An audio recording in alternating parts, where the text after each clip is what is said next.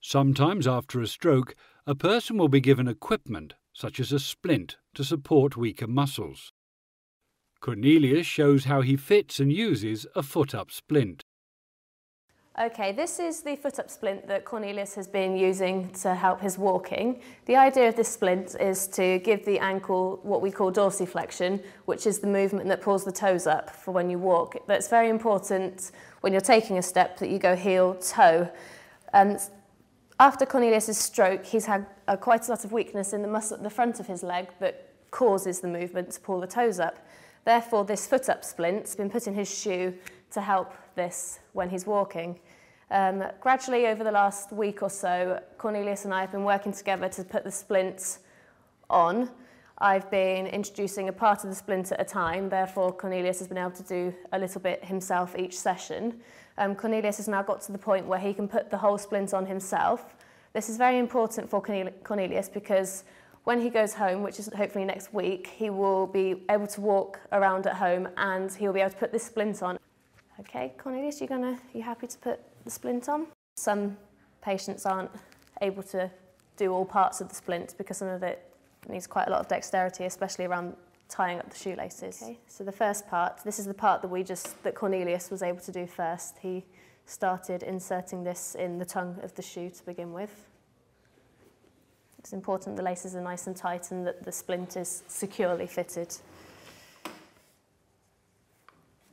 Okay, that's the first part of the splint, and this part that goes around the ankle is the second part.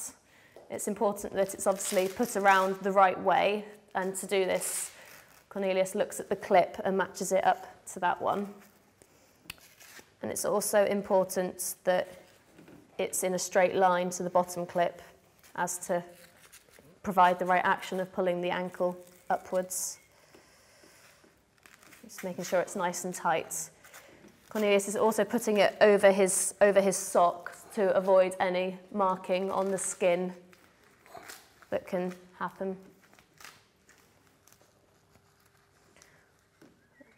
This part is sometimes tricky, is to pull the ankle up to the splint, because obviously if it's weak there, he's had to provide quite a lot of assistance against the foot there. Okay, and that's the foot-up splint, and that's the action that it's trying to provide is pulling the toes up like that. There are many different types of leg splint, so ensure that you know how to apply yours correctly. The therapy team should be able to advise you. Practice and help may be required to develop the dexterity needed to apply a splint, but this should lead to greater independence.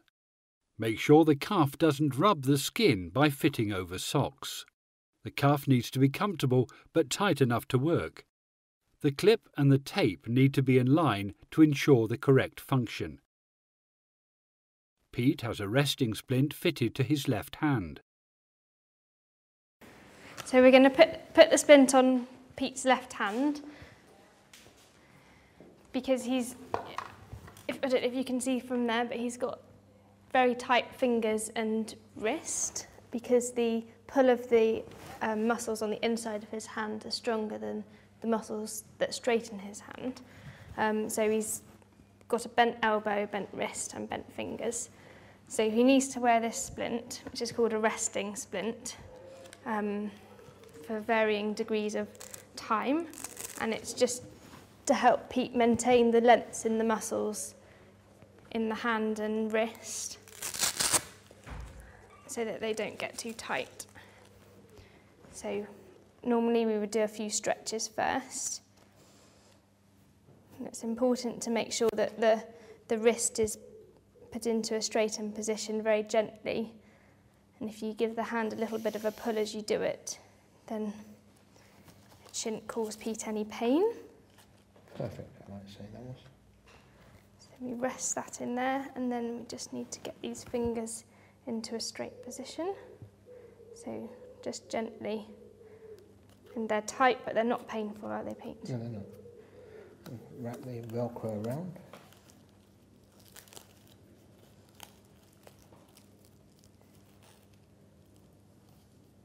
There you go. And then the one over the wrist needs to be the tightest so that it otherwise the wrist will bend up in the splint and the splint won't be doing its job properly. You just need to make sure you can see the fingertips underneath this bit of Velcro, and then do up the top bit. And Pete's been keeping this on for about 2 hours, morning and evening. Ease the wrist and fingers into the correct position. The wrist strap needs to be well secured. Do not leave the splint on all day. When it is taken off, you should check that it is not rubbing the skin or causing red marks. Elizabeth practices her balance and walking. Is it all right if we work on your balance and walking this morning? Is that please. okay? Okay. Do you want to start by just having a stand up for me? Okay. Lovely, well done. You managed that without me having to help you at all. That's good. Thank you. I'm not sure that you're not leaning on the chair there. Could you step away a little tiny bit? Well done. Have you got your balance? Yes, thank you. Lovely. Let's see how your balance is doing in standing first. I'll just stay by this in front of you. Can you stand with your feet together a little bit more? Ooh, wobble to the left there. Well done. Can you step your foot back out again? Thank you. Well done. Okay, good. So it's coming on because your feet were a lot closer then than they have been before. Good. I'll just pass you your stick. I could see you were still quite nervous when you were When setting you off hit the then. floor with a bump, I can tell you try to avoid it. Okay. Shall we head out into the corridor? Thank you. I'm not going to help you unless you have a wobble. I'm just going to stay very close. Okay. I'm going to focus like I've been trained to, because that does help me. When you say focus, what do you mean? Well, choose a spot and look towards it and keep my eyes on that spot whilst walking, and that does help Okay, very well done. much.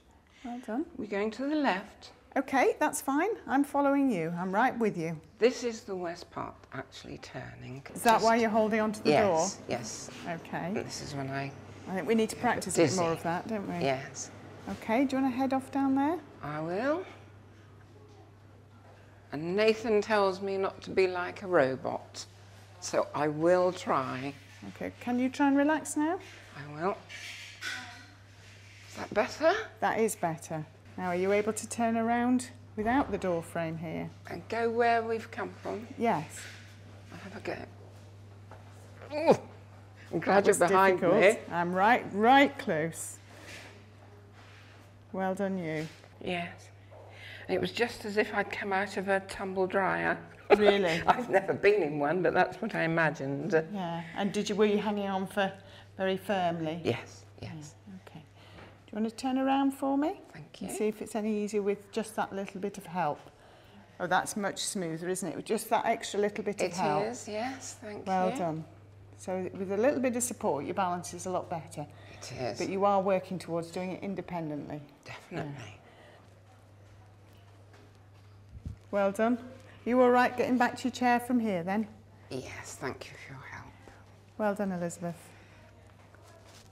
See you later. Thanks, Debbie. Bye. This can be a strenuous activity. Make sure the person is prepared for what they're about to do.